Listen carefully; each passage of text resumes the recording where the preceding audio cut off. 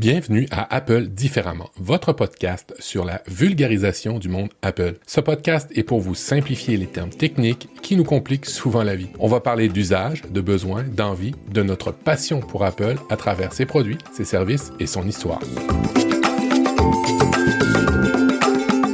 Je suis Matt, YouTuber, créateur de podcasts et Apple enthousiaste. Je suis accompagné d'Audrey, formatrice, autrice et YouTubeuse Apple. Bonjour Audrey, comment vas-tu? Salut Matt, écoute, ça va très bien, très bien. On est fin février, le printemps arrive doucement mais sûrement, donc je suis ravie et je pense qu'on a tous besoin de soleil. Et toi, comment tu vas? Alors moi j'ai le soleil, mais j'ai pas encore la petite odeur de printemps comme tu sembles avoir en Bretagne. C'est un peu plus long chez nous avant qu'on ait le printemps vraiment avec les petits crocus qui fleurissent, les petits animaux qui ressortent et les oiseaux. Nous c'est un peu plus long, mais il y a du soleil chez nous. Bah c'est déjà bien. Non, c'est vrai que nous on est passé il y a quelques jours. J'ai senti que le printemps arrivait et en effet les jonquilles sont sortis, les petits crocus. Et oui, les oiseaux chantent. Donc bientôt, vous réentendrez à nouveau nos petits oiseaux dans le podcast. Ouais, c'est Parce vrai. qu'à un moment, on les entendait là au printemps quand il y a les petits et tout, ça piaille. Donc bientôt, prochain épisode, en mars. Moi j'ai le mien qui piaille fortement. Quoi de neuf de ton côté, à part la météo? Tu travailles fort, ouais, je pense. Oui, début d'année assez chargé, ouais. Plein de choses, plein de boulot, donc on va pas s'en plaindre, bien évidemment. Un petit besoin de vacances, là, se fait sentir, donc je vais essayer de poser quelques jours. Et puis oui, l'année 2026, bah écoute, c'est une année qui démarre fort quand même, je trouve, que ce soit au niveau de la tech, au niveau de l'actualité, je sais pas, c'est une année un peu... il va se passer des choses, j'ai l'impression, cette année quand même. Ouais, on souhaite que ça aille pour le mieux. Écoute, moi, grande tristesse, très, très grande tristesse. Le pays est en berne, c'est une catastrophe. On a perdu au hockey, aux Jeux Olympiques, contre les Américains. J'ai pensé à toi. On a perdu à la fois pour les hommes et pour les femmes. Et puis, s'il y a un endroit où on pouvait compétitionner contre les Américains, c'était sur la glace, mais on a perdu quand même. C'était d'une grande tristesse ce dimanche pour les hommes et quelques jours avant pour les femmes. Et je dois te dire qu'on voulait leur foutre la pâtée, mais on n'a pas réussi. Et ça se voyait sur la tête des joueurs quand ils ont perdu. On sentait que c'était bien plus que du hockey. Il y avait une revanche à prendre sur les États-Unis. Et moi, ça s'est senti tout de suite, quoi. Alors, malheureusement, j'ai pensé à toi. Alors, on va. Je sais pas ce qu'on va faire pour le hockey. On va attendre dans 4 ans pour essayer de leur foutre la raclée de leur vie. Mais on va quand même se faire plaisir en disant qu'on est le pays avec la Russie qui a le plus de médailles d'or au hockey. Ça nous rassure quand même si on a perdu cette année. Bon, on va se donner un petit peu de joie et de bonne humeur parce qu'on a reçu des bons commentaires sur iTunes, des 5 étoiles. Et puis, j'ai pas juste trié les bons, il y avait que des 5 étoiles. Alors, tant mieux, ça arrive. Je vais te lire le premier qui vient de Ewindel. Ma pause techno-douceur. Petite pause de technologie avec un esprit bienveillant, un bonbon à préserver dans le monde de plus en plus rugueux. Restez vous-même, cœur. Restez vous-même, j'adore quand on nous dit ça. On a aussi un autre commentaire de Labai74. Très bon podcast orienté sur le besoin utilisateur. On a 5 étoiles.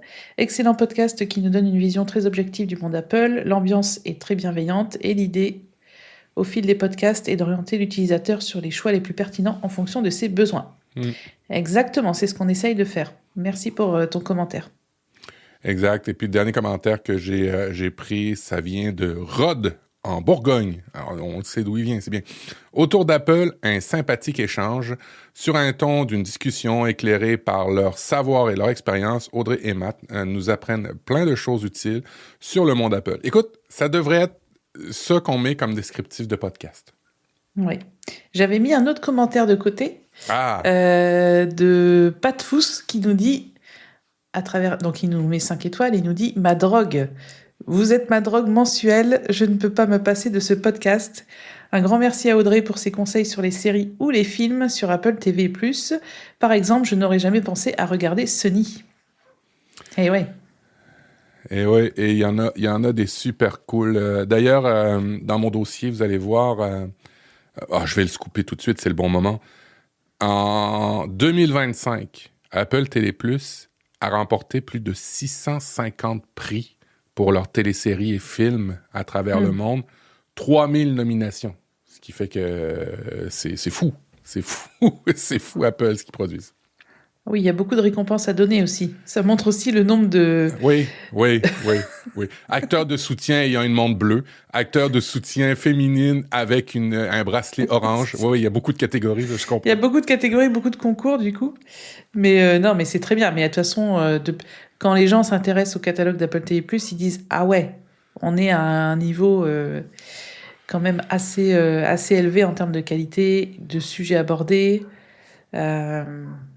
Mais on va en reparler à la fin, parce que je crois que tu as un conseil à nous donner là-dessus. Ouais, exactement. Un bon conseil qui nous fait du bien. Bon, on va y aller avec la section Quoi de neuf chez Apple. J'ai sorti des actualités que vous avez peut-être pas trop entendues, certaines beaucoup, certaines moins. On va en discuter avant nos dossiers.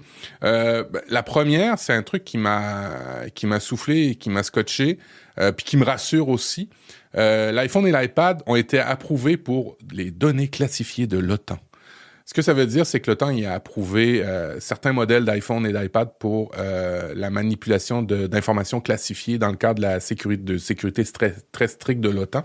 Ça veut dire, en gros, là, ce qu'il faut comprendre, c'est que c'est comme une reconnaissance que les produits de chez Apple sont une catégorie très, très évoluée en termes de cybersécurité et de sécurité, que le matériel et le logiciel d'Apple font très bien le travail.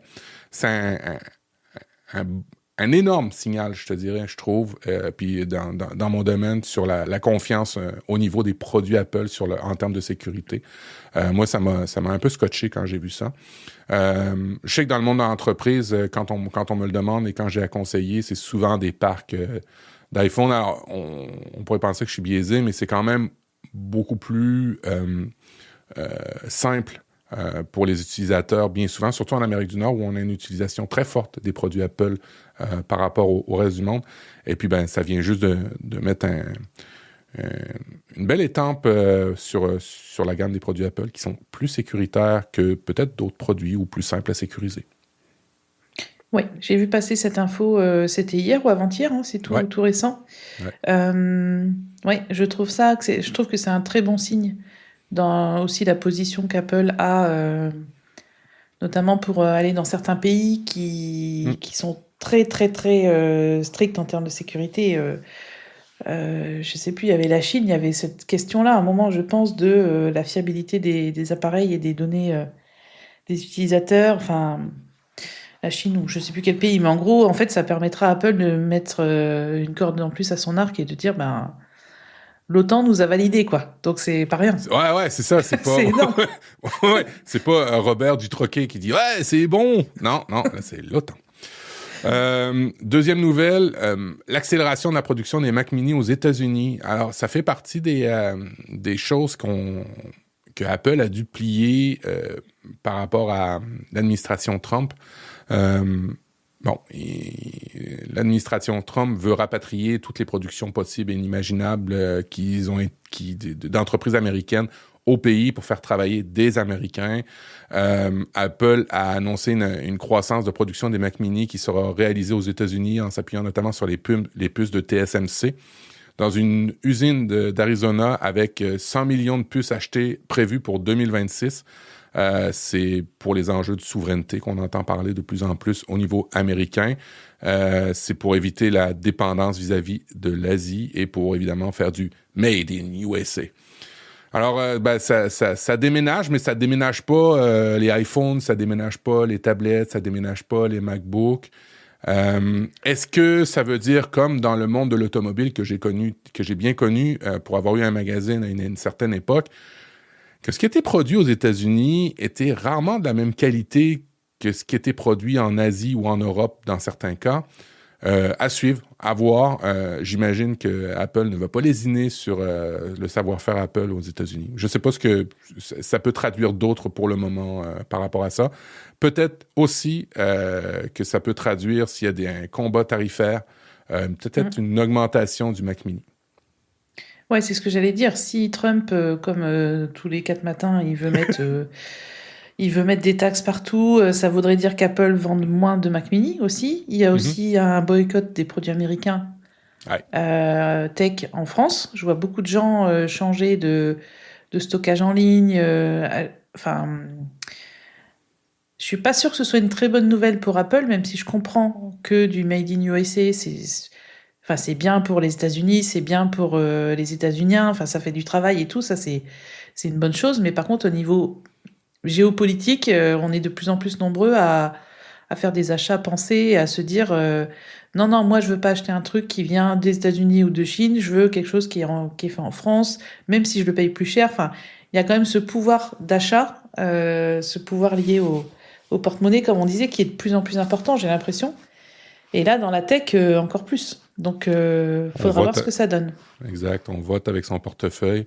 Moi, sur ce point, si vous avez des inquiétudes ou des choses comme ça, activez tout ce qui est cryptographie chez Apple. Vous pouvez, chez Apple, chiffrer tout ce qui est iCloud. Vous pouvez faire des petits moves comme ça, peut-être changer d'hébergeur si vous avez un site web pour que vous se rapprochiez de là où vous habitez, ces petits trucs-là. Mais foncièrement, avant que l'Europe, avant que le Canada, avant que les autres pays arrivent à avoir un monde tech aussi, un écosystème tech aussi fort que ce que les États-Unis ont, ça prend du temps, ça prend des investissements, ça prend des gouvernements. Fait que faut pas non plus se couper des innovations parce qu'il faut rester collé à ce qui arrive, mais faut être vigilant pour des choses qui sont égales ou au moins égales en termes de produits. Vous pouvez les prendre en Europe, effectivement. Exactement. En termes de produits qui arrivent, on va en parler, mais juste avant, je voulais parler du AirTag 2 qui a été lancé. J'ai pas vérifié, mais je voulais te questionner parce que j'ai vu que tu avais fait une vidéo par rapport à ça. Qu'est-ce qui est arrivé avec les AirTag 2? Il faut jeter les AirTag 1 ou qu'est-ce qu'il faut faire? Alors justement, j'ai fait une vidéo pour expliquer que est-ce qu'on doit remplacer tous nos AirTag 1 par les AirTag 2? La réponse est non. Ah, phew! La réponse est non, parce que déjà écologiquement, ça serait un peu une catastrophe si tous les gens remplaçaient leur AirTag 1 par les AirTag 2. La meilleure réponse que j'ai trouvée dans les commentaires, c'est quelqu'un qui m'a dit moi je garde tous mes AirTags pour ma valise, ma voiture, voilà. Mais par contre, pour mes clés de voiture ou mon portefeuille, je sais plus ce qu'il disait, là je vais être content d'avoir une meilleure portée, d'avoir un haut-parleur plus fort, parce que c'est les choses que je perds le plus souvent. Donc je pense que c'est cette approche-là qui est bonne, c'est que évidemment vous pouvez un peu classifier vos AirTags comme ça en disant bon, ça je m'en sers dans ma valise, ou je m'en sers sur un produit ou ma voiture, ou quelque chose d'assez fixe, on va dire. Donc je peux garder mon AirTag 1 et ça marche très bien, et voilà. Et par contre, pour des choses un peu plus précieuses comme des clés qu'on a tendance à égarer, c'est vrai que acheter un AirTag 2, s'il y en a besoin, c'est pas mal. Et après, bien sûr, vous gardez vos AirTag 1 si vous n'avez pas un iPhone sous iOS 26, parce qu'il faut iOS 26.2.1, donc il faut quand même du matériel récent, enfin, c'est-à-dire un iPhone au minimum iPhone 11. Pour que ça fonctionne bien. Voilà, si vous avez encore un iPhone 8 ou 10 ou un SE 2 ou 1, je sais plus. Enfin, si vous n'êtes pas sous iOS 26, achetez pas de AirTag 2 parce qu'en fait, ça marchera pas. Donc, suite à ma vidéo, c'est vrai que j'ai eu plein de commentaires de gens qui adaptaient ce besoin en fonction de leur situation, des appareils qu'ils possédaient et surtout de ce qu'ils avaient déjà. C'est-à-dire que moi, je vais pas remplacer mes AirTag 1 par des AirTag 2 sous prétexte que c'est nouveau. Et voilà, moi, je trouve que ceux que j'ai marchent très bien. Et puis, c'est des appareils qu'on a depuis, c'était 2021. Donc moi, ça va faire 6 ans que je les ai. Ils marchent très bien. J'ai remplacé la pile quand il y avait besoin.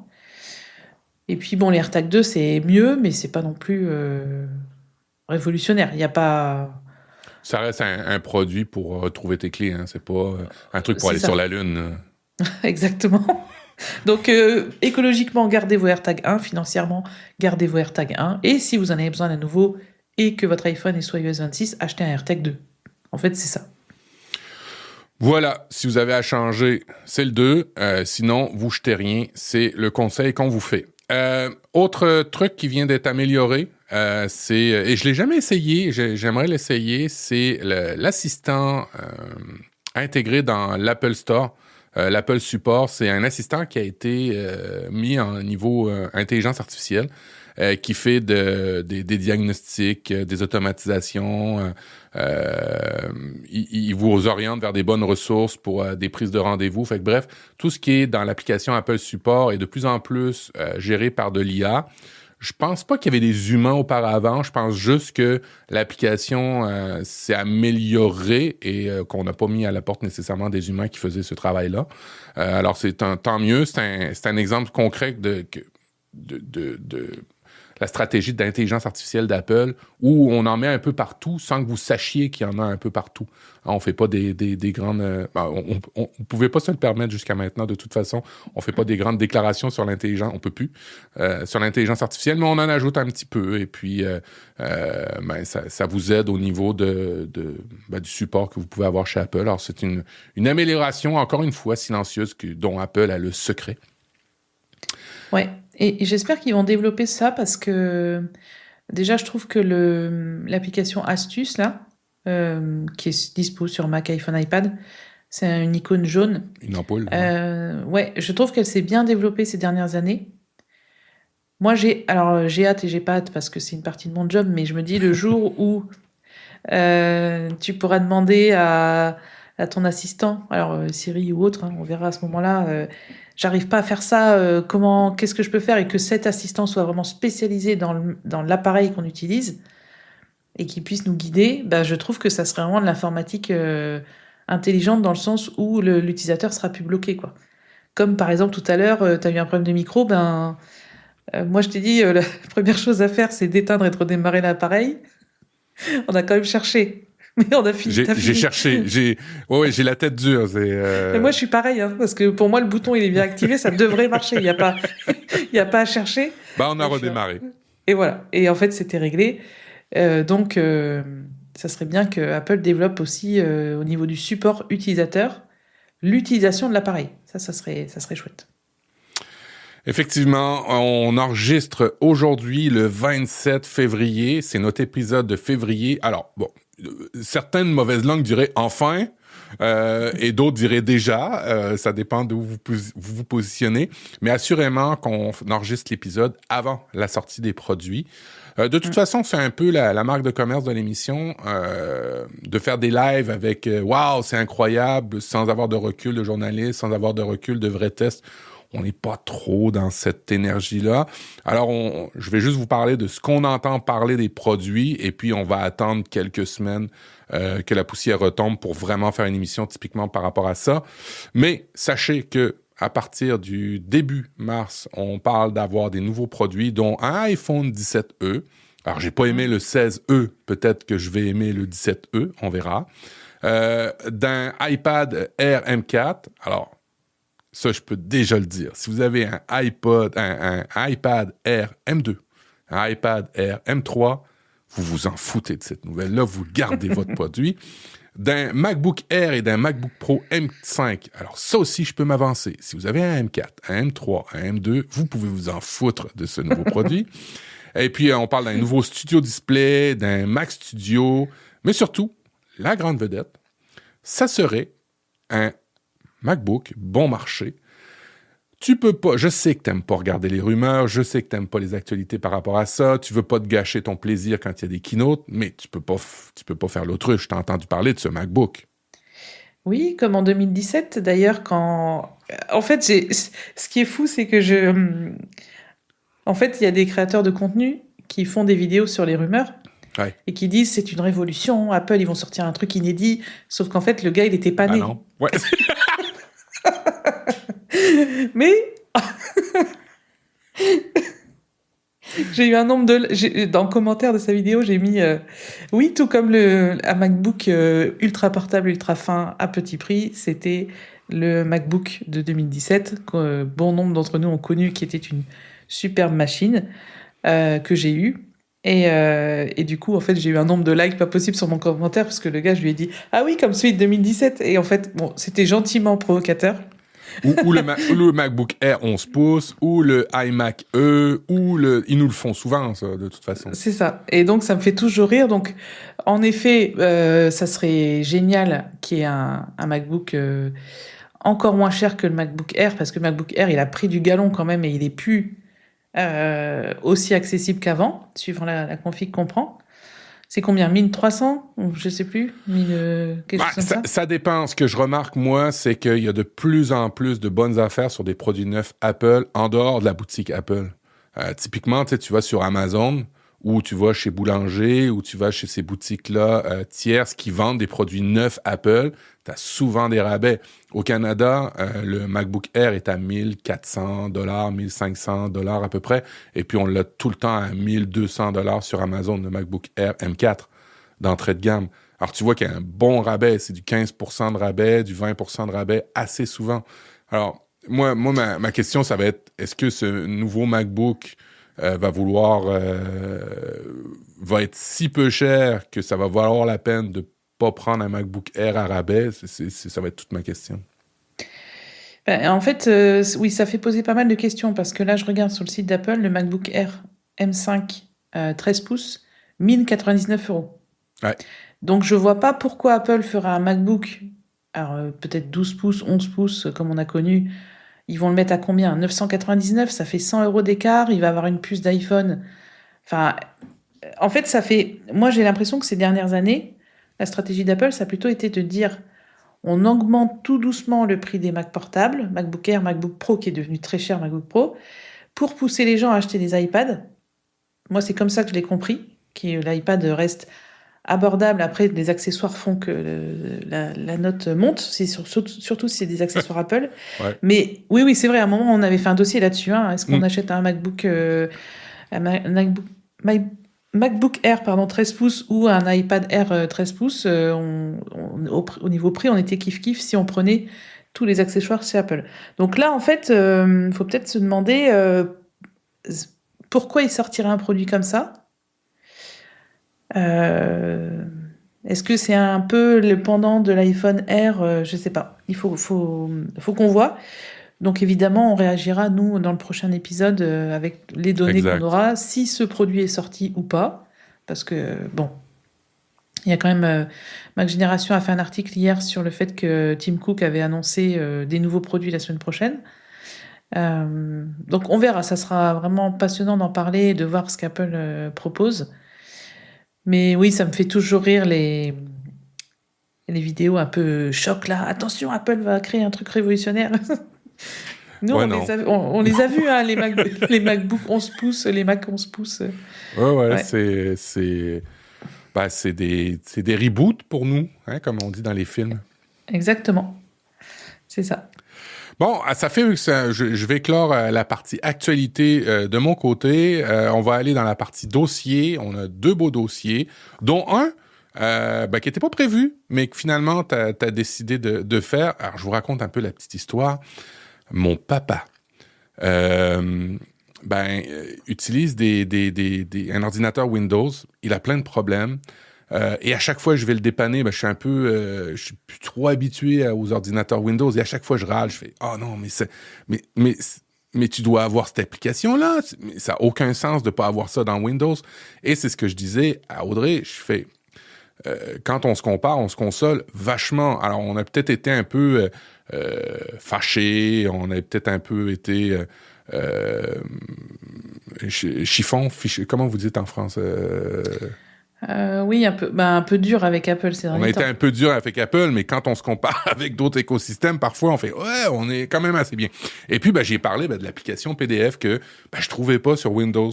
On peut pas vraiment faire ce qu'on fait avec un Mac pour les PDF. Et les PDF, on en manipule vachement beaucoup dans une journée, dans une vie, en théorie, alors que vous n'avez pas besoin d'avoir une entreprise, hein, mais on en manipule quand même relativement souvent quand on fait, ne serait-ce que aller sur Internet, ne serait-ce que des contrats, voir des documents, des notices. Il y a beaucoup de ces documents-là qui sont en PDF.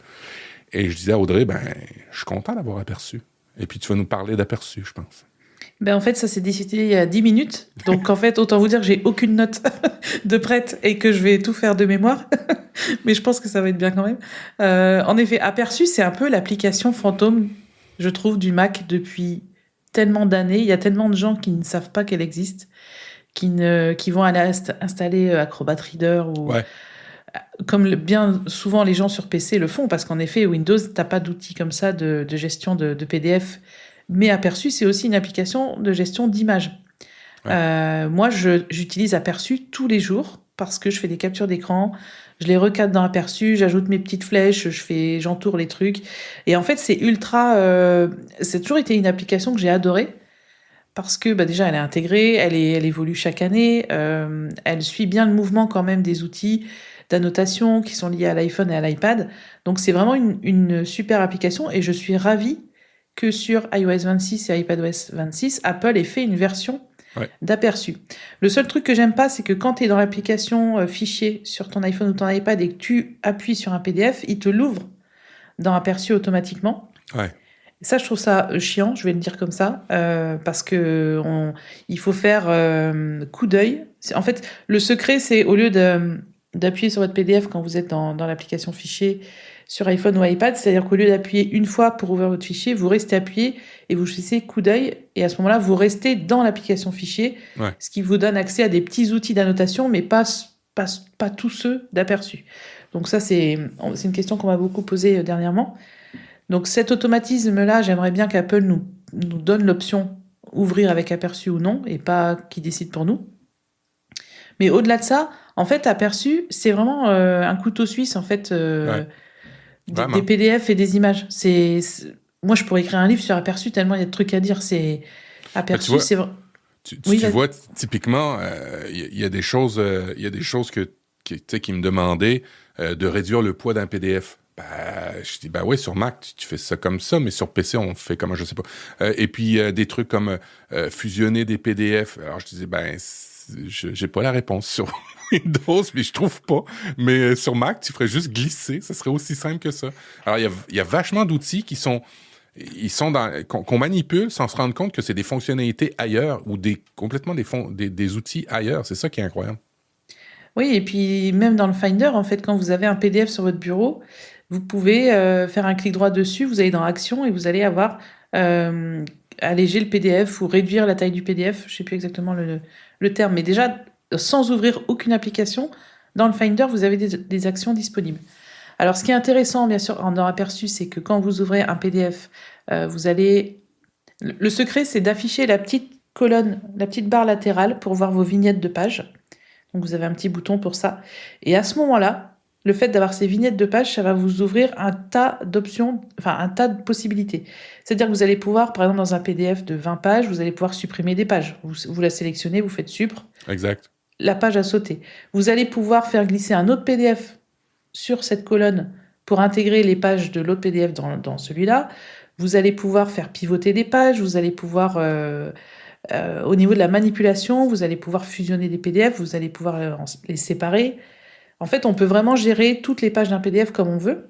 Donc ça, c'est déjà un très bon point. Et une fois que vous avez pris le coup, c'est pas compliqué à faire. Le secret, c'est vraiment d'afficher cette barre latérale. Et après... on peut éditer. On peut aussi ajouter du texte. On peut aussi ajouter des signatures. On peut ajouter des surlignements. C'est en plus de manipuler dans la barre de gauche, on a aussi des outils en haut là, qu'on peut utiliser. Oui, c'est ça, j'allais y venir. En fait, donc vous avez la partie, on va dire, gestion du PDF en lui-même et de ses pages, avec, comme j'ai dit, supprimer des pages, en ajouter, insérer une page vierge, etc. Et vous avez aussi le petit bouton annotation. Donc ça, c'est dans la barre d'outils en haut. Et ça va vous ouvrir une seconde barre d'outils. Et à ce moment-là, vous allez, comme Matt le dit, vous allez pouvoir surligner du texte, vous allez pouvoir rajouter des blocs textes, Vous allez pouvoir ajouter des flèches, plein d'éléments. En fait, vous avez vraiment une boîte à outils hyper intéressante. Ce qui fait qu'en fait, vous n'avez pas besoin d'installer un autre gestionnaire de PDF, un autre, on va dire un concurrent en fait. Aperçu, franchement, ouvrez vos PDF avec pendant quelques semaines, vous verrez, ça répond à tous les besoins. Moi, j'ai jamais été bloquée. La seule chose qui manque, c'est la possibilité de créer des formulaires. On peut remplir des formulaires, donc c'est-à-dire quand c'est un PDF qui a été créé 100% numériquement avec des espaces et des champs, lorsque vous cliquez dessus, ils deviennent bleus. Et à ce moment-là, vous pouvez remplir au bon endroit, en fait, les infos qui sont demandées. Notamment, je pense aux certificats CERFA, vente de véhicules, etc. Tout ce que le gouvernement en France met à disposition comme PDF, ils sont tous prévus pour le remplissage automatique, en fait. Donc ça, c'est dommage qu'on puisse pas créer un document sous Pages, par exemple, le transformer en PDF et y ajouter avec Aperçu cette notion de formulaire. Ça manque. Mais en tout cas, et puis bon, c'est un besoin assez spécifique, hein, tout le monde n'a pas besoin de créer ce genre de document, mais j'ai beaucoup de profs qui me demandent comment faire sur YouTube pour créer des formulaires comme ça. Donc ou des QCM, ou enfin ce genre de choses. Donc il y a encore de l'évolution possible. Et Aperçu, c'est aussi un bon outil pour vos images. Oui, exact. Moi, ouais, toi, tu l'utilises pour tes images aussi? Tout le temps. Tout le temps. Pourquoi? Parce que je génère beaucoup d'images avec l'IA. Je génère beaucoup d'images avec Gemini, des images pour des schémas, des infographies, et il me les envoie, mais dans un poids incroyable. Et puis je les réduis avec ça, ou des fois je rajoute ou je masque des petits éléments qu'il y a pas bien fait directement dans Aperçu. Puis c'est parfait, là. Oui, déjà quand vous ouvrez une image avec Aperçu, dans les outils de base, bon, bien sûr, vous avez zoomé, dézoomé. Vous avez la possibilité de supprimer l'arrière-plan. Et ça, si l'élément que vous voulez garder est à un contour net, on va dire, que ce soit par une couleur ou un trait ou quelque chose, supprimer l'arrière-plan, ça marche très très bien. Moi, j'ai été surprise parfois de me dire, mais en fait, j'ai pas besoin d'utiliser Photoshop ou Affinity Photo quand le contour, le trait est net, ça marche bien. Vous pouvez bien sûr faire pivoter votre image, parce que ça arrive qu'on prenne des photos ou d'autres choses qui sont pas dans le bon sens, donc on peut pivoter facilement. On a bien sûr accès à l'inspecteur qui va vous donner plein d'infos sur votre image, la date de prise de vue, toutes les métadonnées en fait, date de modification, son poids, sa taille, etc. Donc ça c'est bien. Vous pouvez même ajouter des... Alors est-ce qu'on peut? Je me souviens plus. Est-ce qu'on peut ajouter des métadonnées? Je regarde. On peut ajouter des mots-clés sur l'image. Une description, ouais. Une description, ouais. Et bien sûr, vous avez là aussi les outils d'annotation. Et là, à ce moment-là, vous avez des outils de dessin. Vous pouvez, si vous êtes assez doué avec votre souris, que vous avez une tablette graphique ou quelque chose comme ça, vous pouvez dessiner directement des traits, des ondulations. Vous pouvez ajouter des formes aussi. Ça paraît basique tout ça, mais en fait, c'est souvent des choses dont on a besoin. Quand on veut, par exemple, envoyer sur une image, ou même un PDF, hein, du coup, ça marche aussi. On veut montrer quelque chose à quelqu'un, on va pouvoir encadrer la partie qu'on veut montrer. Moi qui fais beaucoup de tutos, de pas à pas, etc., d'articles, j'utilise beaucoup les flèches en disant c'est là qu'il faut cliquer, au bout de la flèche. Puis l'outil Zoom aussi qui est cool. Ouais, t'as l'outil Zoom, t'as l'outil... Oui, la loupe là, ouais. Et bien sûr, que ce soit pour les PDF ou les images, vous avez l'outil signature. Et donc là, pour signer une facture que vous avez reçue, c'est génial parce qu'en plus, vous allez créer votre signature, elle va être enregistrée dans Aperçu, donc elle y restera. D'un document à l'autre, vous retrouverez votre signature. Et puis, vous avez aussi, et ça c'est assez surprenant, c'est que vous avez aussi des réglages de couleurs pour les images. Vous pouvez avoir les niveaux, exposition, contraste, ton clair, ton foncé, etc. Vous pouvez faire de la micro-retouche. Et parfois, ça dépanne, en fait. Au lieu de lancer le gros logiciel, on dit plus logiciel, on dit application, mais au lieu de lancer l'artillerie lourde, on va dire, vous pouvez dire, ah, tiens, je vais l'ouvrir avec Aperçu, mon image, et je vais pouvoir la retoucher vite fait. Donc ça, c'est bien. Vous avez bien sûr la possibilité d'ajouter des blocs texte. Vous avez la possibilité de choisir toutes les couleurs de vos formes, de vos flèches, de vos carrés. Et le dernier bouton que je trouve intéressant, c'est la description de l'image.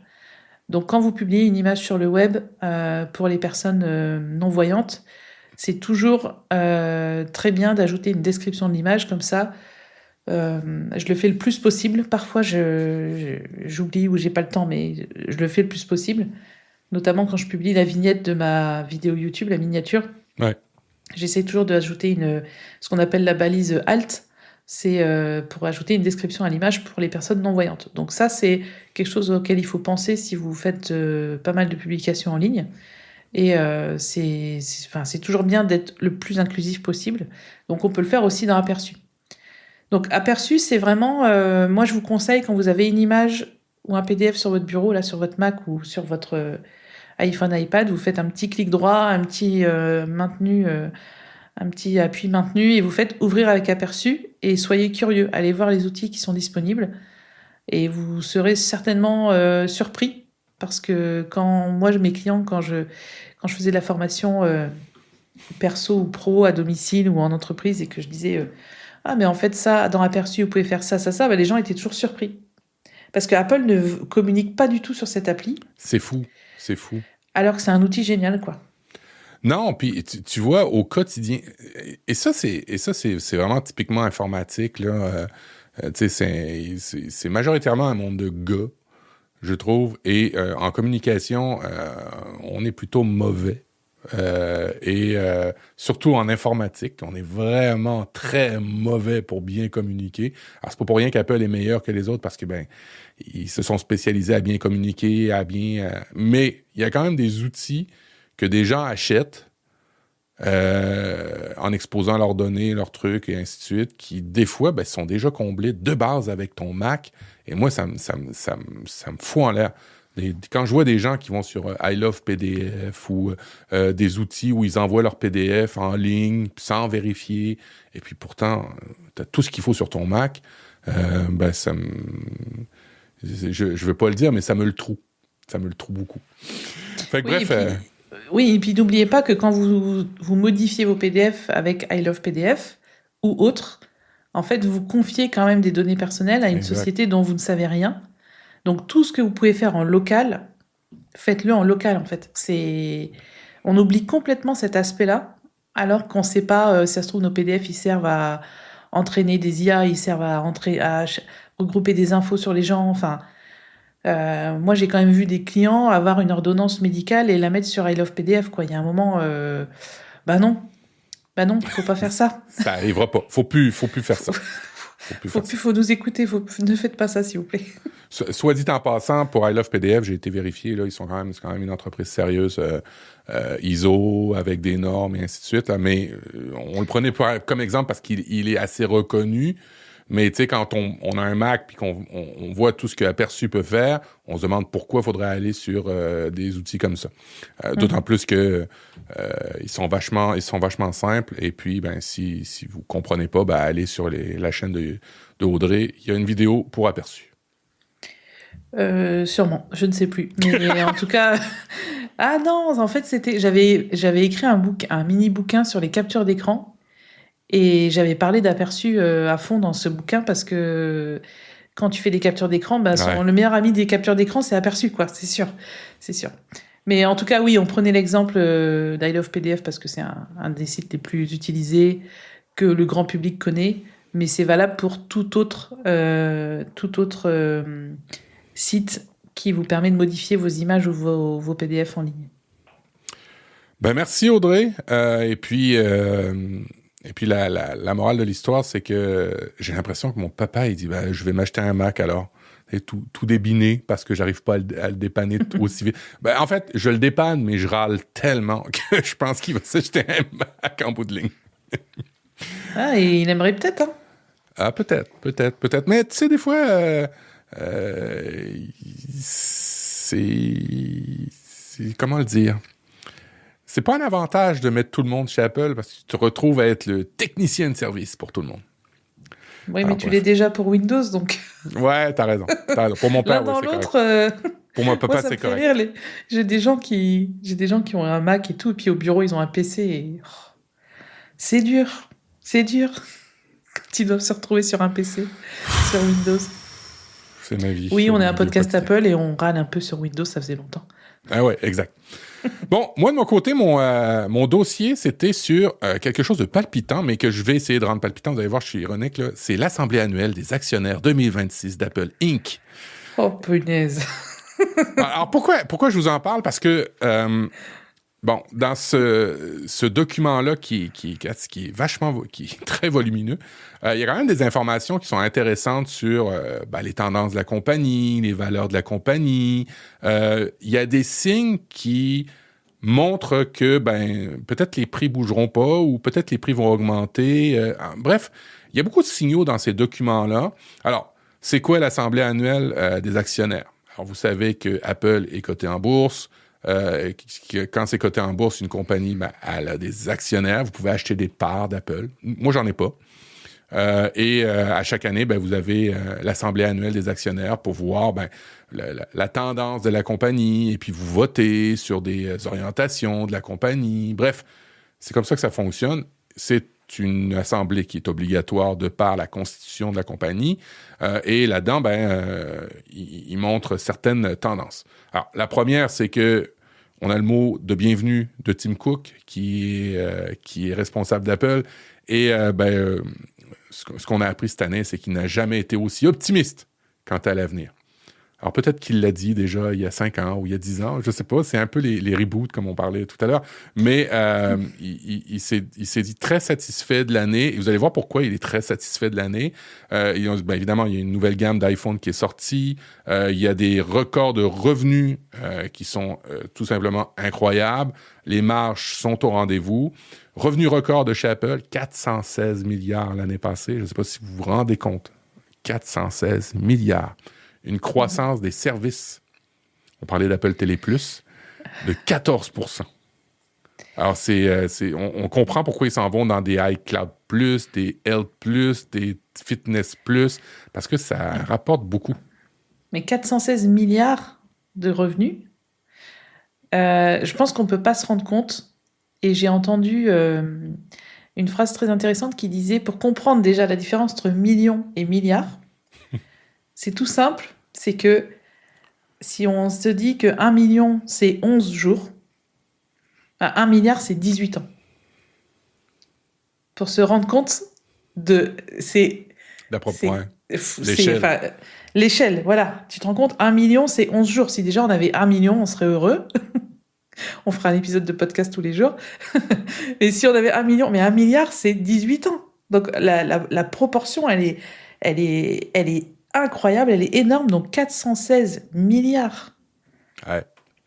C'est de chiffre d'affaires ou bénéfice ou... Alors ça, c'est le revenu. Alors, revenu. Après ça, tu peux dire, mais il faut qu'ils payent des trucs, ça, il doit rien leur rester après. Marge brute, 46%. Exactement. OK, donc ils ont rentré 200 milliards en 2025. C'est énorme. C'est vraiment énorme.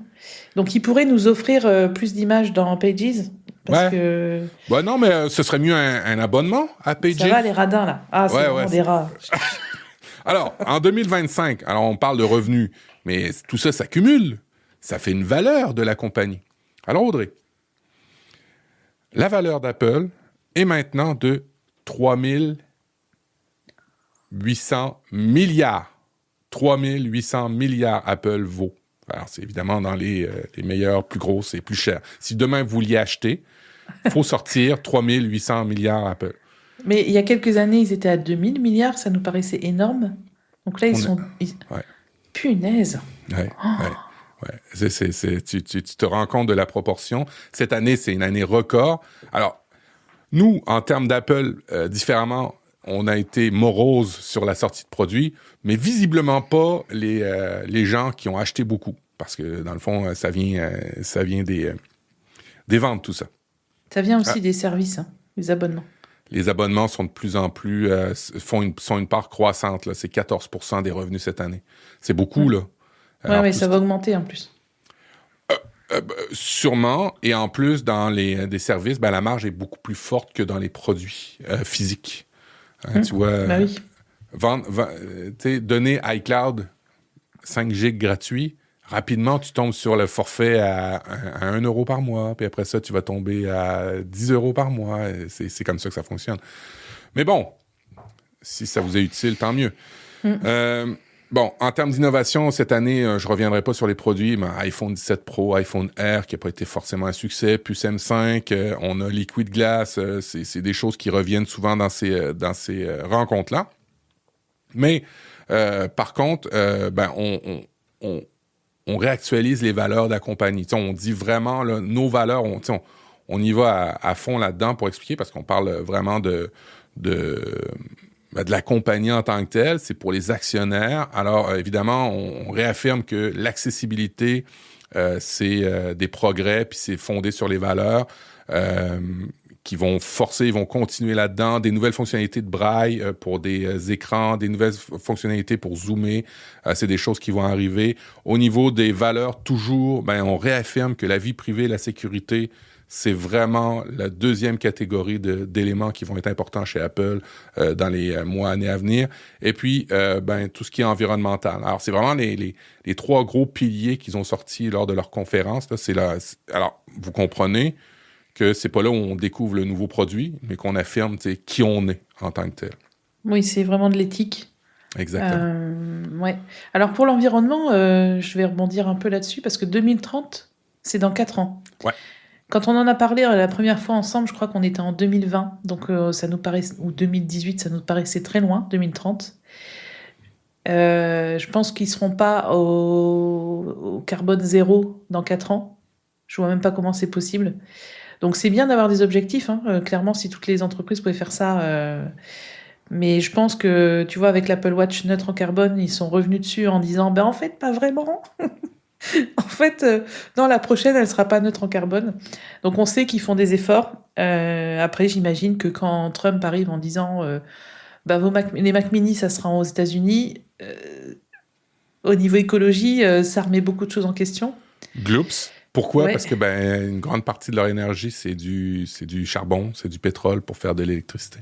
Ouais. Donc avant de pouvoir, je pense, faire une usine aux États-Unis pour construire des Mac mini, il va falloir construire une centrale solaire qui va mettre plusieurs années à être rentabilisée. Donc en fait, c'est bien, la volonté était là. Malheureusement, la politique est arrivée. Je dis pas que c'est une excuse, hein. Même sans Trump, je suis pas sûre qu'ils y soient arrivés d'être neutre en carbone en 2030. Donc voilà, Apple nous fait rêver parfois, mais parfois la réalité la rattrape. Alors, Apple, c'est le CEO d'Apple, c'est lui qui gouverne Apple, mais en termes de compagnie, ben, il y a un conseil d'administration. Un conseil d'administration, c'est des gens qui sont d'un peu partout pour approuver certaines directions de la compagnie qui sont pas forcément d'ordre produit, parce que pour leur produit, c'est Tim Cook, mais plus des grandes orientations, des grands éléments de la compagnie. Et puis là, on se rend compte que ben, le conseil d'administration, et ils font exprès d'avoir, c'est ben, des gens de l'expertise et de la diversité. Et ils sont très fiers de dire que leur conseil d'administration est 50% hommes, 50% femmes, et qu'il y a eu 7 personnes qui sont indépendantes sur le conseil d'administration, qui ne viennent pas de chez Apple, qui ne sont donc pas, en théorie, soudoyés par des gens d'Apple pour changer des orientations de la compagnie. La seule personne qui pourrait faire ça, c'est Tim Cook, qui est sur le conseil d'administration, qui, lui, n'est pas indépendant. Alors, c'est des choses qui réaffirment, ça peut paraître bonbon, mais c'est quand même assez intéressant de le voir. Il y a le conseil d'administration, en dessous de ça, il y a un comité d'audit qui vérifie les comptes, qui est pas des fuites, qui est pas des choses qu'on dise qu'on dise ce qu'on fait et qu'on le fasse vraiment. Il y a un comité du personnel et de la rémunération. Alors, les rémunérations, les salaires, tout ça, c'est pas décidé de manière triviale. Il y a un comité pour ça. Et puis, pour les nominations de toutes ces belles personnes-là, il y a un comité de nomination. Alors, vous voyez qu'à l'intérieur de tout ça, c'est quasiment un gouvernement interne. Tout se décide pas comme un 4 matins aux États-Unis avec leur président. C'est vraiment un conseil, c'est des gens. Alors oui, il y a de l'influence, il y a de la politique interne, mais c'est quand même une saine gouvernance par rapport à comment c'est fait en interne. Alors, on a réaffirmé les gens. La philosophie de la rémunération, on veut que la rémunération soit basée chez Apple avec un salaire de base, mais de manière majeure sur la performance. Alors, pourquoi on fait ça? Ben pour que, justement, les dirigeants d'Apple, les gens qui sont au niveau de la direction de chez Apple, alors vite, il y a Tim Cook, il y a Lucas Masretti, il y a Derd O'Brien qui s'occupe du retail, du people. Bref, pour toutes ces personnes-là qui sont avec Tim Cook, ben, aient tendance à vouloir que ça marche. Et c'est pour ça qu'ils ont voté ces types de salaires-là. On apprend aussi que Apple, ben, ça va bien, on s'en est parlé, ça, c'est pas trop un souci par rapport à ça. Qu'est-ce qu'on apprend d'intéressant dans ces éléments? Je vais dans mes notes. Bon, il y a eu des élections. Alors, Audrey, c'est des grandes élections chez Apple. Je vais fermer ça. Et tu vas voir là que c'est pas des trucs pour des produits. Alors, ils ont eu des élections pour des nouveaux administrateurs. Tout le monde était pour. C'est bien. Puis une grosse... Tu sais, c'est les taux de participation et les pourcentages pour les votes sont quasi...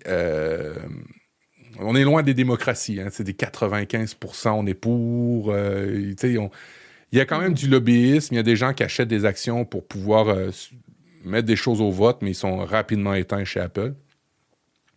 Ils ont ratifié que leur nouveau cabinet d'audit en interne, ça serait Ernst & Young. Tout le monde a été pour. Ils ont approuvé la rémunération des dirigeants. Tout le monde a été pour. Oh bah oui.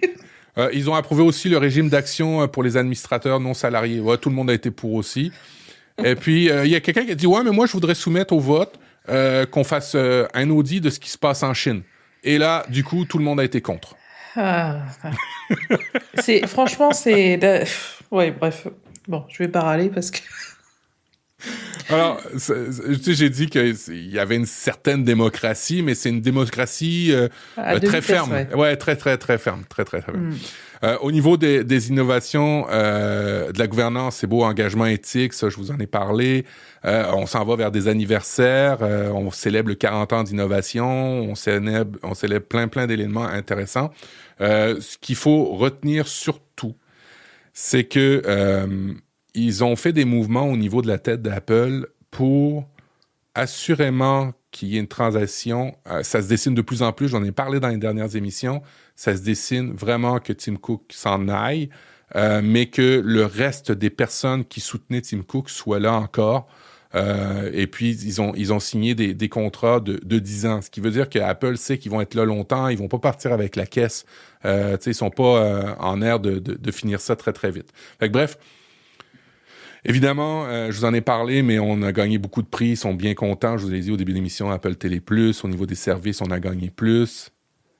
Les éléments qu'il faut retenir, c'est que tout va bien, Madame la Marquise, que tout est en hausse, que les revenus pour les gens qui ont des actions Apple sont en hausse, que les revenus pour les dirigeants sont en hausse. Et ils ont voté aussi un élément intéressant, qu'ils ne vendraient pas en dessous des marges. Alors ça, c'est un truc qui est ultra pertinent à savoir parce que ça dit quoi? Ça dit que même si la mémoire RAM augmente, même s'il y a des tarifs, Apple ne coupera pas ses marges. Attendez-vous à des augmentations. Ils n'ont jamais fait. Oui. Ah. Oui, là, la RAM Apocalypse, là, dont on parle beaucoup, indique que c'est maintenant qu'il faut acheter. Alors attention, parce que il peut y avoir aussi pas une manipulation derrière ça, mais acheter que si vous avez besoin de changer. Ça, je pense que le podcast, il aurait pu s'appeler comme ça. Titre, acheter que si vous avez besoin de changer. En as-tu vraiment besoin? En as-tu vraiment besoin, voilà. Parce qu'il ne faut pas paniquer non plus. Non. Tout peut changer très vite aujourd'hui, même si on sait que c'est l'IA qui bouffe toute la RAM et que l'IA ne fait pas marche arrière. Heureusement et malheureusement, j'ai envie de dire, parce que je trouve que la tech prend une drôle de tournure en ce moment, ces derniers mois. Toutes les dérives des IA, les lunettes méta, tout ce que les gens font Dès qu'on sort un produit, en fait, il est très vite détourné à des fins négatives et abusives et tout ce qu'on veut. Donc moi, je suis un peu fâchée avec la tech en ce moment. Ouais. Ça me désole, en fait. Pourtant, j'écoute des médias assez... pas des médias qui voient la technologie comme quelque chose de sombre, ni comme quelque chose d'hyper positif. Des médias Neutre. assez neutres. Et pourtant, entre le détournement des IA sur les enfants, entre les lunettes Meta, la Ray-Ban, qui ont très vite été piratées et détournées pour filmer des femmes à leurs insu, enfin à leur insu, moi ça me crispe un peu en ce moment. Tout cet aspect technologique avec les IA c'est des humains, hein, c'est pas l'IA, c'est pas la faute de l'IA, c'est ce que les humains en font encore une fois. Mais en tout cas, je suis en train de me dire que si Apple adopte Gemini comme c'est prévu là bientôt, je pense qu'il faudra des gros garde-fous parce que ça pourrait nuire vraiment à l'image d'Apple si certains outils étaient détournés. On verra. On verra, mais en tout cas, c'est des questions qu'il faut se poser aujourd'hui. Quand vous achetez, vous prenez des abonnements à des IA, vous achetez du matériel, etc. Je trouve que c'est bien de savoir où on met les pieds. Et je sais pas pourquoi je suis partie là-dessus, en fait, mais... Non, moi, ce que je remarque, c'est que Apple essaye d'avoir une certaine stabilité puis de suivre un vent coureur. Honnêtement, tout ce qui est intelligence artificielle, là, je travaille là-dedans. Hein, je vais être totalement clair. Là, c'est mon mandat dans le privé en ce moment. Et je me rends compte qu'on a l'air vraiment à pousser à travers la gorge en tant que les travailleurs, les gens en place en ce moment, l'IA. Et faut que vous compreniez pourquoi. La technologie, c'est des compagnies, puis des compagnies, ils veulent faire de l'argent. Qu'est-ce qui est sur le chemin critique d'une compagnie? C'est l'humain. Pourquoi? Parce que, il faut les payer, il y a tout ce qui est le social, les vacances, ils font des burn-out, les humains, c'est un peu c'est chiant, on leur dit quelque chose, ils réfléchissent, ça me fait chier, vraiment. Et si j'avais pas d'humain et que je pouvais gagner autant ou même plus sans humain, est-ce que j'accepterais en tant que compagnie? Oui. Ben oui. Oui. Et puis, comment on pourrait vendre ça? En disant aux gens, comme d'habitude, qu'ils vont avoir de moins en moins d'efforts à faire. Parce que la nature humaine, notre cerveau, il est super bien fait pour être paresseux. Mm-hmm. C'est incroyable. Quand vous avez deux trucs à faire, un truc on n'a rien à glander et un truc où il faut travailler, généralement, vous allez aller dans le truc qui n'a rien à glander. Alors, tout converge pour nous pousser l'IA en ce moment, que ce soit nous par notre cerveau, par notre nature, ou que ce soit les compagnies par leur appât du gain. Ne croyez pas que c'est tout le temps bénéfique, l'IA. Il y a plein de trucs là-dedans. C'est pas non plus tout le temps maléfique. Mais ça va beaucoup trop vite en ce moment pour l'humain. Et je peux comprendre un peu le sentiment que tu as l'air à avoir. Il y a beaucoup trop de technologie. On n'a pas le temps de s'adapter. On n'a pas le temps de mettre des garde-fous. Et ça vient en même temps qu'un certain politicien complètement fou qui veut absolument, par exemple, retirer les garde-fous pour les IA. Qui veut, par exemple, dire aux pays qui veulent réglementer l'IA, non, vous le ferez pas.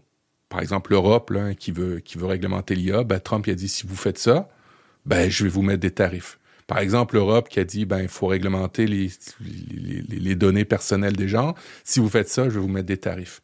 Fait que bref, il y a à la fois un mouvement de compagnies qui veulent grossir pour l'innovation. Des fois, c'est pour le bien de l'humanité. Des fois, c'est pour le bien de la compagnie. Puis il y a aussi les humains qui en veulent. Mais ça va très vite en ce moment, je trouve. Trop vite. Oui, ça va trop vite parce qu'il faut légiférer absolument sur bien des points sur les IA. Il faut légiférer, mais même sans les IA, si tu veux. Moi, je suis de plus en plus à me demander, mais sur le web, où est passée la modération? J'ai un vrai problème avec ça en ce moment. parce que un compte que je suis et que j'apprécie beaucoup, par exemple Hugo Décrypte, tu vois, c'est un créateur de contenu lié à l'information. En 5 minutes, on a les infos de la journée, c'est génial. Je vous conseille vraiment de le suivre, il fait un super boulot. Il fait des belles interviews. Enfin, il a un côté vraiment très humain. Mais par contre, dans les commentaires de ses publications, c'est n'importe quoi. C'est des insultes, c'est du racisme. Enfin, en gros, il laisse tout le monde commenter parce que forcément, l'algorithme est content. Enfin, en fait, jamais pour son propre business, il modérera les commentaires. Mais moi, ça me pose un vrai problème et je me dis, au lieu d'attendre que les plateformes nous remettent une vraie modération, comme c'était le cas il y a 15 ans. Tu te souviens, il y a 15 ans, sur Twitter, quand on signalait un commentaire, il était supprimé par la modération parce qu'il était jugé raciste, grossophobe, tout ce que tu veux. Aujourd'hui, ça n'existe plus. Aujourd'hui, t'as beau signaler, il se passe jamais rien derrière. Parce qu'on sait très bien que... Oui. En termes, bon, exemple sur X, la modération, Elon Musk a sorti le code. Ce qu'on se rend compte, c'est quand t'aimes pas quelque chose, il va pas le cacher aux autres, il va juste te le cacher à toi. Fait que c'est plus ah ben lui, c'est complètement taré son commentaire, ce qu'il a fait. Pour éviter que ça se reproduise, on va le bloquer. On va plus y montrer à la personne que... Tu comprends? Fait que puis ça, oui, c'est tout donc, par des IA. Oui, donc pour moi, c'est pas de la modération à échelle humaine, on va dire. Par contre, si tu veux, moi, je voudrais qu'au niveau législatif, au niveau légal, on impose aux créateurs de contenu de modérer ce que leur public commente, poste. Parce que, si tu veux, ça me pose un problème dans le sens où tu marches dans la rue. Si tu insultes quelqu'un parce qu'il est musulman, noir, gros, tout ce que tu veux, la loi... elle existe et elle va te condamner. Ouais, en France. Ouais. Mais pas sur Internet. Donc en fait, Internet ne respecte aucune loi parce qu'on va dire oui, mais Instagram, en fait, c'est pas français, c'est américain, donc c'est la loi américaine qui s'applique, etc. Ça, en fait, moi, ça m'est égal. En fait, je pense qu'il faut responsabiliser les créateurs de contenu. Moi, à mon échelle, même si j'ai une toute petite communauté sur YouTube, je vois parfois que des gens s'engueulent. Donc moi, je laisse les gens parler, mais à partir du moment où il y a une insulte, un troll, un propos raciste, un propos...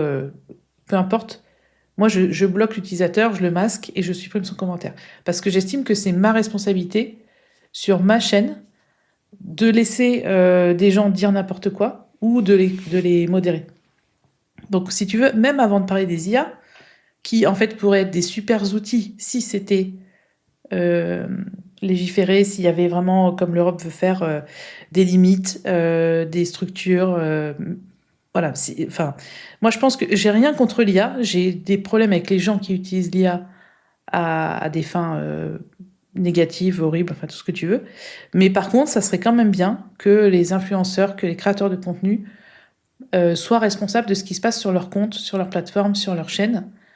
Parce que on peut pas laisser les gens dire n'importe quoi. En fait, il y a un moment, si les lois ont été créées dans la rue, en entreprise, dans plein d'endroits où les humains se rencontrent, bah, sur Internet, ça devrait être pareil.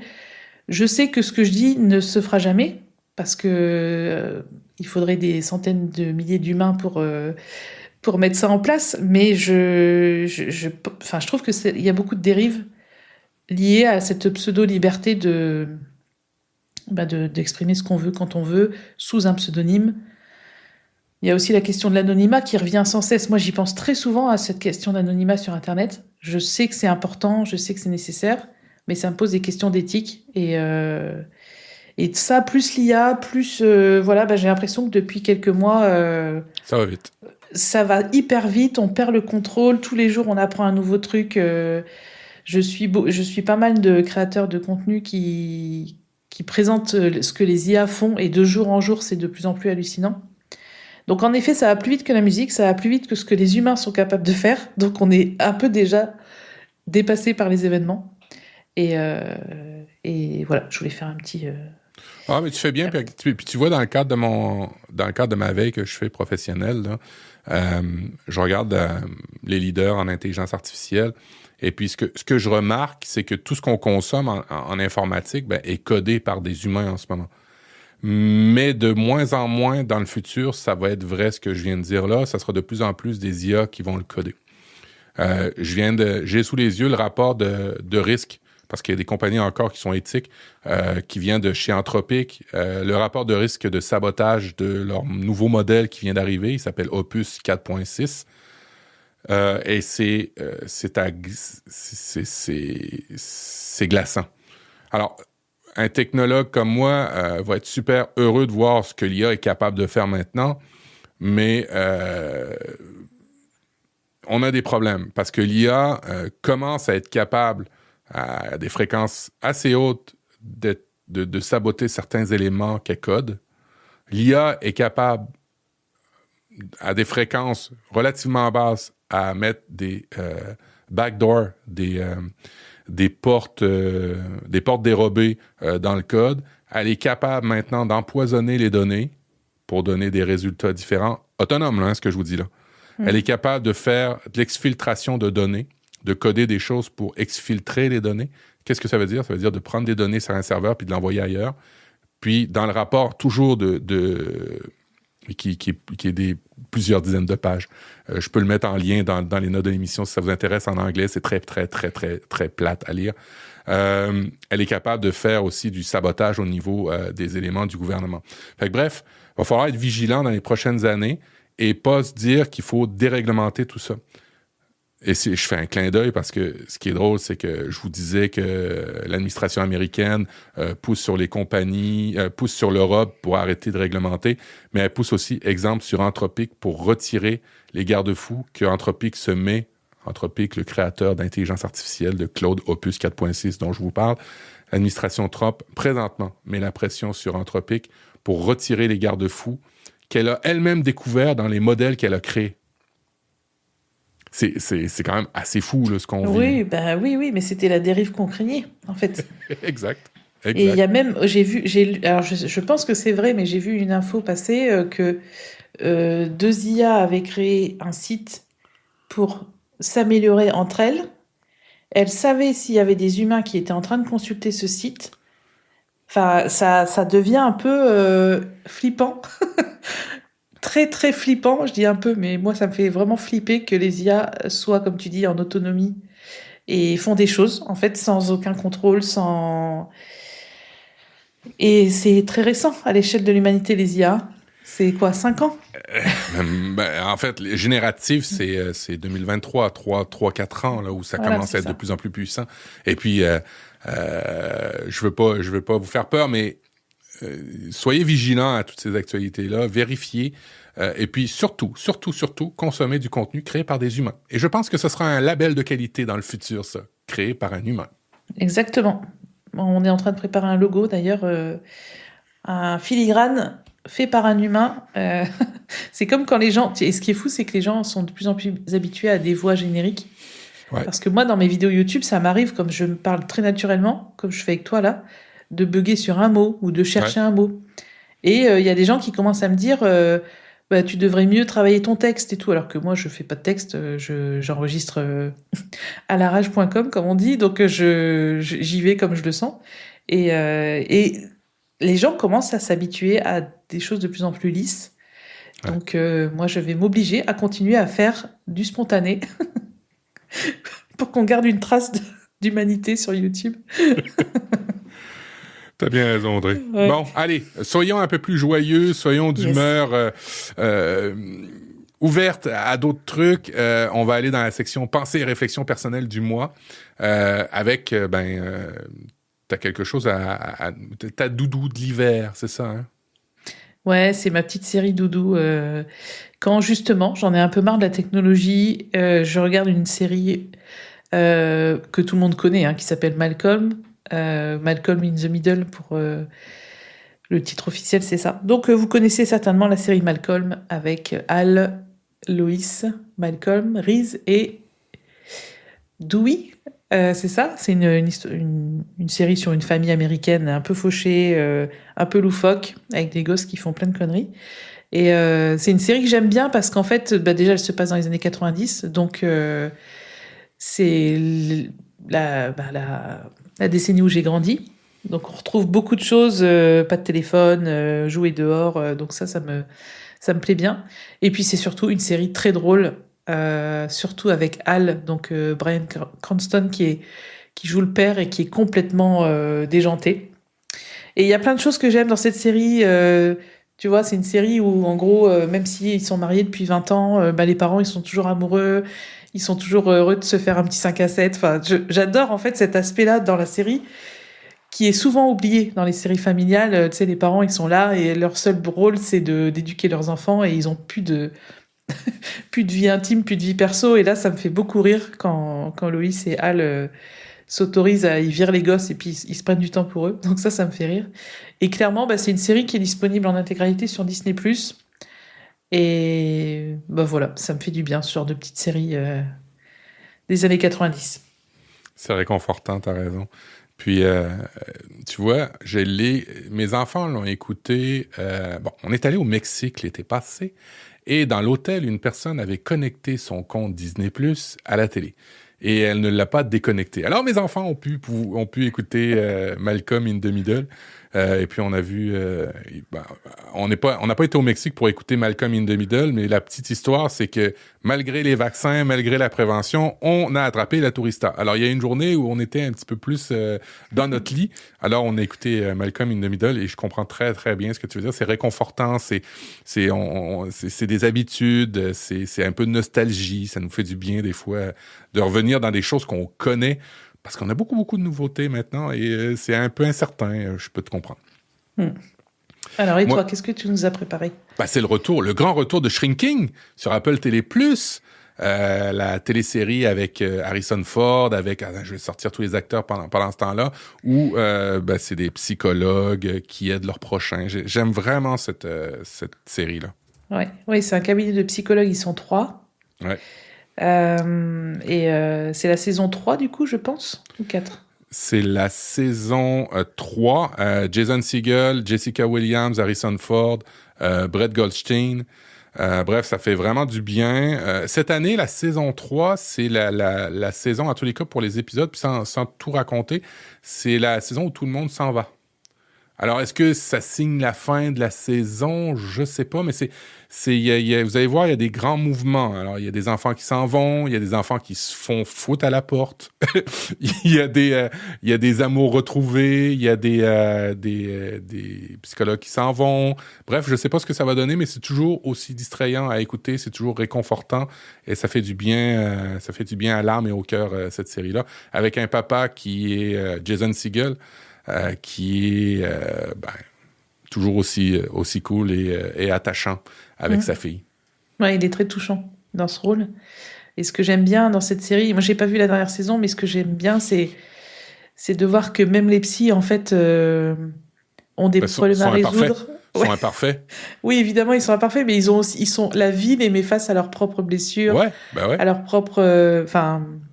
Et je trouve ça vraiment bien parfois de remettre les choses, l'église au milieu du village, comme on dit, parce que parfois quand tu fais un métier, les gens te voient comme un espèce de truc infaillible où tu peux pas te tromper, où tu as déjà toutes les réponses et tout, alors qu'en fait c'est vrai dans aucun métier. Et je trouve que cette série, elle met très bien en avant cet aspect-là de la vie en fait. Écoute, c'est ce que je vis de plus en plus. Avant, je pensais que je possédais mon contenu, ce que je savais, et tous les jours, ça change. Et c'est pareil pour les psychologues, probablement. Puis dans cette série-là, on voit des gens qui essaient de réparer d'autres personnes, les aider à se réparer, et qui sont aussi des fois brisés, qui auraient besoin aussi de se faire aider. Fait que bref, je vous la conseille chaudement. Les épisodes, c'est des 30 minutes, ça passe super bien. Malheureusement, on est encore dans la période où c'est un épisode par semaine, et c'est très frustrant. Ça, je déteste ça. Je préférais quand on avait toute la saison d'un seul coup. Oui. Alors après, j'ai réfléchi à ce sujet-là parce que j'avais eu beaucoup de frustration avec la série Pluribus, voilà. Et en fait, je me suis dit, j'ai lu pas mal d'articles qui disaient que justement, le fait d'avoir un épisode par semaine, ça nous permettait de savourer chaque épisode et d'y réfléchir dans la semaine. Et que pour notre cerveau, tu vois, notre cerveau, il aimait ça. C'est-à-dire qu'on se posait des questions, on revoyait certaines scènes, on se disait, ah tiens, peut-être que... Tu vois, alors que si tu as tout d'un coup, et moi, plein de fois, je l'ai dit dans le podcast que ça me frustrait, que j'attendais toujours d'avoir toute la saison d'un coup, ces articles-là m'ont fait réfléchir sur l'approche. Et qu'aujourd'hui, on est quand même dans une société d'immédiat, où on a tout de suite, on n'attend plus.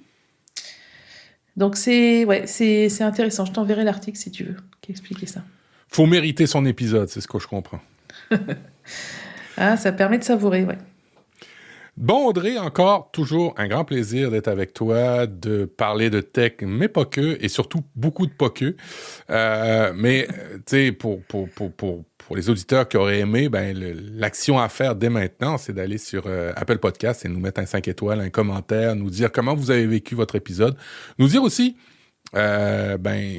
comment vous abordez la nouvelle technologie qui arrive, la vitesse de ces technologies-là, le fait qu'on va tout de suite sur la nouvelle technologie alors que on a aperçu puis personne n'utilise, des trucs aussi bêtes qu'on a évoqués dans l'épisode. Puis si vous voulez nous contacter plus particulièrement au niveau d'Apple Podcast, on a Mastodon, on a Blue Sky, on a Instagram, on a Thread, alors vous faites la recherche. Mais ce qui est le plus important, c'est de nous parler à nous directement. Audrey, comment pouvons-nous te rejoindre? Et aussi, où pouvons-nous voir tes nouvelles capsules avec Liquid Glass? Vous pouvez me joindre sur @AudreyCoulot sur Thread, Mastodon, Blue Sky, principalement. Je suis aussi sur Instagram, bien sûr, et sur mon site web de formation appleavec-audrey.fr et ma chaîne YouTube Audrey Coulot. Vous tapez Audrey Coulot, vous allez me trouver. Tiens, d'ailleurs, Matt, je te félicite pour tes 80 000 abonnés. Ah, merci. Ça y est, j'ai vu ça hier, que tu as passé ce cap. Tu t'approches sûrement, mais rapidement quand même des 100 000, donc c'est bien. Vraiment, félicitations. Je sais à quel point c'est un marathon, YouTube, et que ça demande de la régularité, de l'envie, des sourires, et que c'est pas tous les jours facile. Hein. Il y a des jours où moi, je me filme même pas parce que j'ai juste pas envie de me filmer, et donc je fais juste un tuto avec capture d'écran. Donc je sais que c'est difficile. YouTube en plus est un petit peu au ralenti en ce moment, que ce soit sur les vues, les abonnements, l'argent. Ouais. Voilà, c'est un peu très très très slow, on va dire. Mais en tout cas, je te félicite et du coup, nous on peut te rejoindre sur profduweb.com où il y a toutes tes infos. Oui, et écoute, j'ai fait mon nouveau site. Alors, venez voir mon nouveau site. J'ai une mailing list, comme tout le monde. Je fais une infolette. Je me suis dit que je revenais aux fondamentaux. Faire un courriel une fois par mois aux gens qui veulent me lire plutôt que d'aller consommer, c'était bien. Et puis, vous pouvez vous abonner directement sur ma chaîne, sur mon site, où il y a les liens pour aller sur ma chaîne et pour aller sur Apple différemment. Fait que bref, profduweb.com, c'est vraiment l'endroit où vous pouvez me rejoindre et consommer tout ce que je fais. On va aller s'abonner à ta chaîne YouTube si c'est pas encore fait.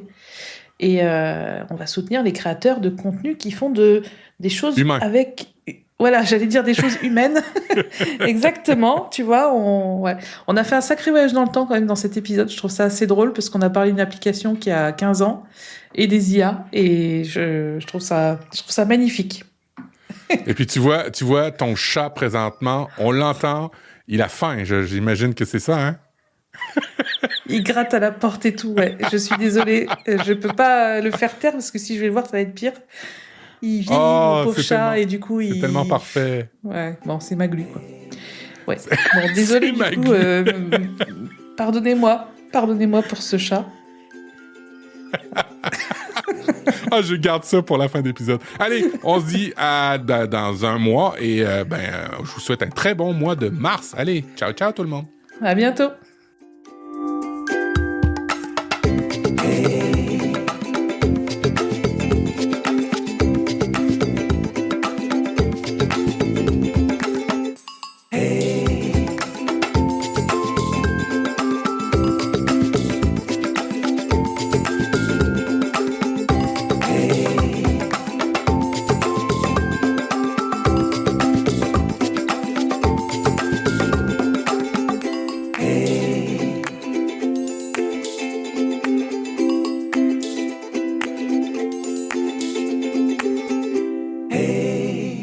Vas-y. Oh.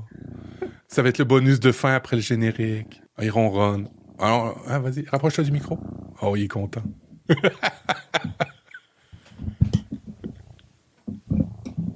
Oh, ça va être le moment minute calme pour l'épisode. Ben, c'est mieux de l'entendre ronronner que de gueuler puis de gratter après la porte, quand même.